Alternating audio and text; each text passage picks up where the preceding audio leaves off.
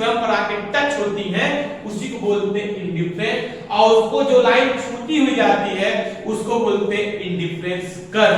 अब ये हेलो बच्चों, आप सभी कैसे हैं? अच्छे हैं? Good morning. देखिए आज हम लोग पढ़ेंगे इकोनॉमिक्स। तो इकोनॉमिक्स की दुनिया में आपका स्वागत है। इकोनॉमिक्स का वीडियो देखिए मेरा। आज का जो टॉपिक हम लोग का है तथस्थता वक्र विश्लेषण, जिसको इंग्लिश में हम लोग कहते हैं indifference curve approach. Indifference curve क्या होता है ये आप सीखेंगे। ये जिसके अंडर आता है उस लेसन का नाम है थ्योरी ऑफ कंज्यूमर बिहेवियर, यानी उपभोक्ता का व्यवहार क्या होता है। तो सबसे पहले हम लोग जानते हैं उपभोक्ता का व्यवहार, थ्योरी ऑफ कंज्यूमर। आपको मैं बताऊं उपभोक्ता क्या होता है, यानी कस्टमर। उपभोक्ता मतलब कस्टमर, यानी कष्ट से मर, जो कष्ट से इस समय मर रहा है वही मित्र कहलाता है कस्टमर। तो कस्टमर चाहता है ना भाई, देखो उसका व्यवहार क्या है, वो चाहता है कि मुझे कम से कम पैसे में ज्यादा से ज्यादा वस्तुएं मिल सके। वो उन्हीं वस्तुओं को खरीदना पसंद करता है जिन वस्तुओं में यूटिलिटी पाई जाती है, यानी संतुष्टि। मैंने इसके पहले वीडियो बनाया है यूटिलिटी क्या है, आप मेरा पिछला वीडियो जाके देखिए, आपको क्लियर हो जाएगा यूटिलिटी क्या होता है। यूटिलिटी मतलब मजा। तो उपभोक्ता उन्हीं वस्तुओं को परचेस करता है जिसमें उसको क्या आता है मित्र, मजा आता है। बिना मजा की चीजों को वो खरीदना पसंद नहीं करता है, लेना पसंद करता है पर खरीदना पसंद नहीं करता। तो कंज्यूमर बिहेवियर क्या, कंज्यूमर उन्हीं वस्तुओं को परचेस करता है जिन वस्तुओं में पाई जाती है यूटिलिटी, यानी अपनी आवश्यकता की पूर्ति के लिए खरीदी गई सभी वस्तुएं क्या कहलाती है, कंज्यूमर बिहेवियर, यानी कंज्यूमर इसलिए उसको खरीदता है। अब हम लोग आते हैं तटस्थता वक्र क्या होता है, इंडिफरेंस कर्व। तो आओ पहले मैं ये बताऊं आपको ये इंडिफरेंस कर्व का नाम और किसने इसको सबसे पहले खोजा था। देखो इंडिफरेंस कर्व का नाम सबसे पहले आया था हमारे अर्थशास्त्री यानी इकोनॉमिक्स के एक राइटर थे एजवर्थ, जिन्होंने 1881 यानी 1881 में उन्होंने सबसे पहले किसका नाम लाया था, इंडिफरेंस कर्व। तो आपको पता है जब किसी चीज का आविष्कार होता है तो फिर बाद में उसमें और सुधार होते चले जाते हैं, उसमें और सुधार होते हैं, वो और बेहतर से बेहतर बनता जाता है। तो उसको और बेहतर बताया किसने, परेटो ने, एक अर्थशास्त्री थे परेटो, जिन्होंने 1906 में इसको और क्या किया, बेहतर किया। और उससे भी बेहतर किया जे.आर. हिग्स। आपने हिग्स का नाम बहुत सुना होगा, इकोनॉमिक्स में ये बहुत अच्छे राइटर हैं, बार बार इनका नाम आता है हिग्स। तो जे.आर. हिग्स ने अपनी पुस्तक 1939 में रिलीज की, जिसका नाम था वैल्यू ऑफ कैपिटल, जिसमें पूरे वैज्ञानिक तरीके से इसकी परिभाषा को क्या कर दिया गया, चेंज कर दिया गया, एकदम इसको सुंदर बना दिया गया।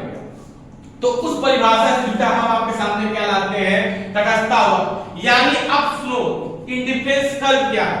देखो कंज्यूमर जो होता है वो एक वैल्यू अमाउंट मान लेते हैं, एक अमाउंट है उसके पास और वो उस अमाउंट में चाहता है ज्यादा से ज्यादा वस्तु खरीदना। जैसे आपने मंथ में आपकी सैलरी आई मान लीजिए 10,000, तो आप उस 10,000 से किन चीजों को सबसे पहले खरीदोगे, यानी घर की जो सबसे इंपॉर्टेंट चीज होगी राशन, आप उसको पहले खरीदोगे, उसके बाद बच्चों का फीस आप पेमेंट करेंगे, उसके बाद आप अन्य चीजों पे क्या करेंगे, पैसे को खर्च करेंगे।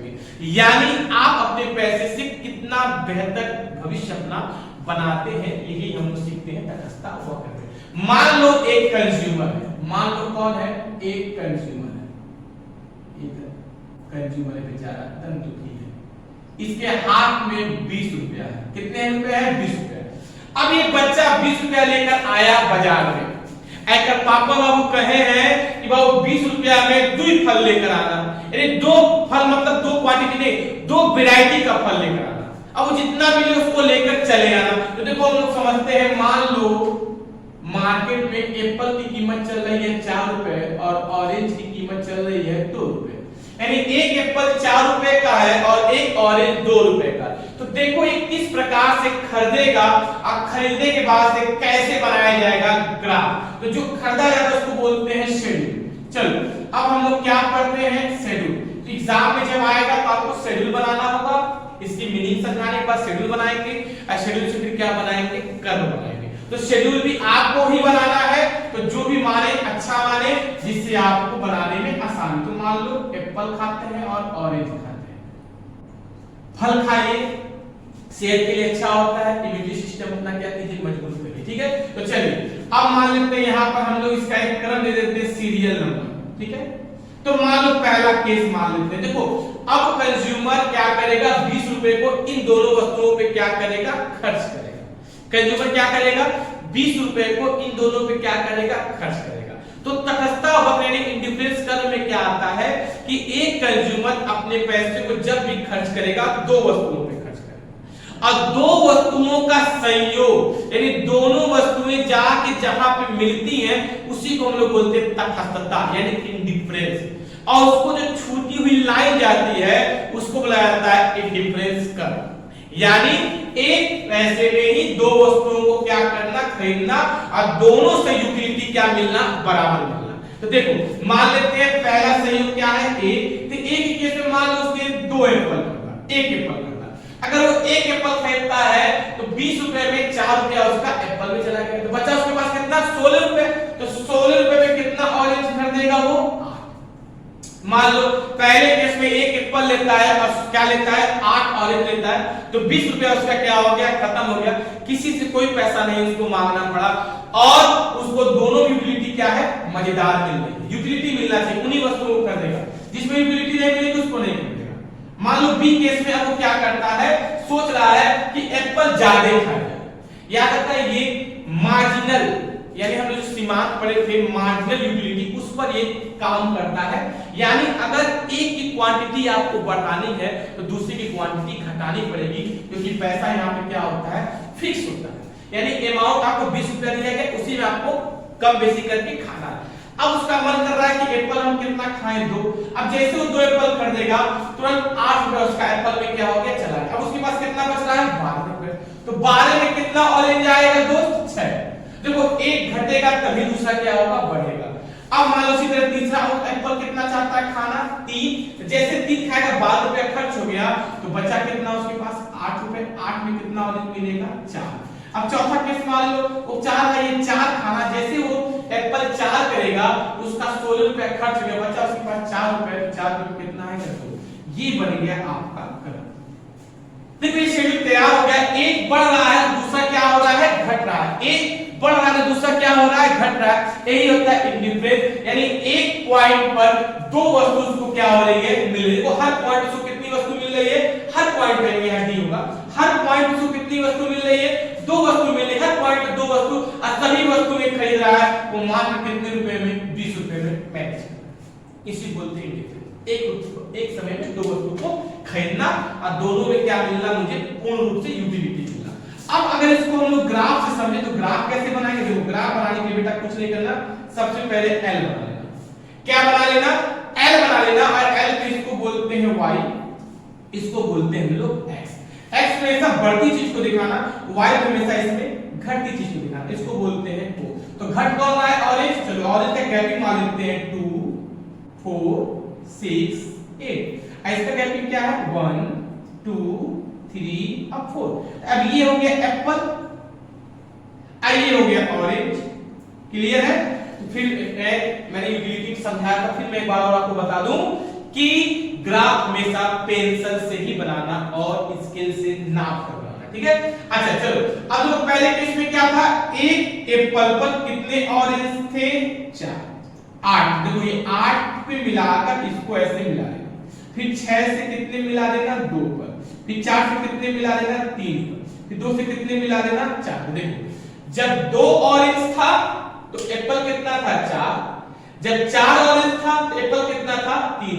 ये हो गया, ये देखो ये जहां आके मिल रहा है, देखो ये मिला ना यहां पर आकर, देखो ये डंडी इधर से गई, ये डंडी नीचे से आई, ये डंडी यहां मिल गई, ये डंडी इधर से गई, ये डंडी यहां पे आई, यहां मिल गई। ये यहां पर आके क्या होते हैं, मिलते हैं।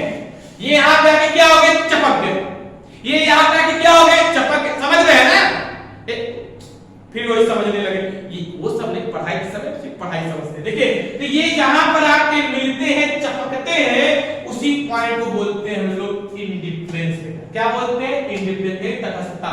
और वक्र मतलब जो लाइन इसको छू कर जाती है, यानी ये देखो टच करके चली गई, तो जो लाइन टच करके जाती है उसी को बोलते हैं हम लोग आईसी, इंडिफरेंस कर्व। यानी इंडिफरेंस वो पॉइंट जहां पे वो चपक रहे हैं, टच कर रहे हैं, यानी दो वस्तुएं जिस संयोग पर आके टच होती हैं उसी को बोलते हैं इंडिफरेंस। और उसको जो लाइन छूती हुई जाती है उसको बोलते हैं इंडिफरेंस कर्व। अब ये पॉइंट आगे तो देखो, पहला पॉइंट क्या था, ए, दूसरे पे कहां चपका बी, फिर तीसरे पे सी और चौथे पर डी। फाइन। अगर फार्मूला की बात करें, देखो इंडिफरेंस का फार्मूला होता है UO = F1 F2 F0। UO है यानी आपको कितना यूटिलिटी मिला, और F1 F2 F3 का मतलब हो गया वो पॉइंट जहां पे वो क्या हो रहे हैं, मिल रहे हैं, F1 F2 F3 F4, यानी वो क्रम जैसे बढ़ता जाता है। और ये आपका जब इसमें न्यूमेरिकल पूछेगा, मैं आपको इसमें न्यूमेरिकल भी समझाऊंगा, तो न्यूमेरिकल जो काम करता है वो मार्जिनल यूटिलिटी पे काम करता है, यानी मार्जिनल सब्सिडी x y बोलते हैं, यानी वस्तु दो वस्तुएं हैं x और y। इसका फार्मूला होता है डेल्टा y अपान डेल्टा x। तो डेल्टा y परिवर्तन में कमी और डेल्टा x मतलब परिवर्तन में वृद्धि, यानी जो इसमें डिफरेंस में कमी हो रहा है और जो इस डिफरेंस में क्या हो रहा है, वृद्धि हो रहा है। जैसे देखो अगर इसको मैं सॉल्व करूं MRSY, देखो क्या लिखा है, डेल्टा y अपान डेल्टा x। डेल्टा y कौन कम हो रहा है, इसको y मान लो, इसको x मान लो। तो मान लो एक पॉइंट इसका पकड़ते हैं, देखो एक पॉइंट अगर आते हैं तो डेल्टा y मतलब इसमें जो डिफरेंस है गैपिंग कितना कम हुआ, 2। यहां पे देखो ये कितना वृद्धि हो रहा है, 1। इसी को डिवाइड कर दो, यानी 2 आ गया। यानी ये जिस प्रकार कम यानी आधा घंटा है, ये उसके अपेक्षा दूना क्या हो रहा है, बढ़। यानी किस पर काम करता है, मार्जिनल पर। एक घटता है तो दूसरा क्या होता है, बढ़ता है। उम्मीद है आपको इंडिफरेंस कर्व क्लियरली समझ में आ गया होगा। जिसको समझने में दिक्कत होगा बेटा कमेंट बॉक्स में कमेंट जरूर करिएगा, और आपको कौन कौन से लेसन ज्यादा जल्दी पढ़ने हैं वो भी आप कमेंट में मुझे बता सकते हैं, मैं उस पर पहले वीडियो बना दूंगा। ओके, समझ में आया तो चैनल को सब्सक्राइब करिए, घंटा जरूर दबाइएगा, लाइक करिए, शेयर करिए। जय हिंद, जय भारत।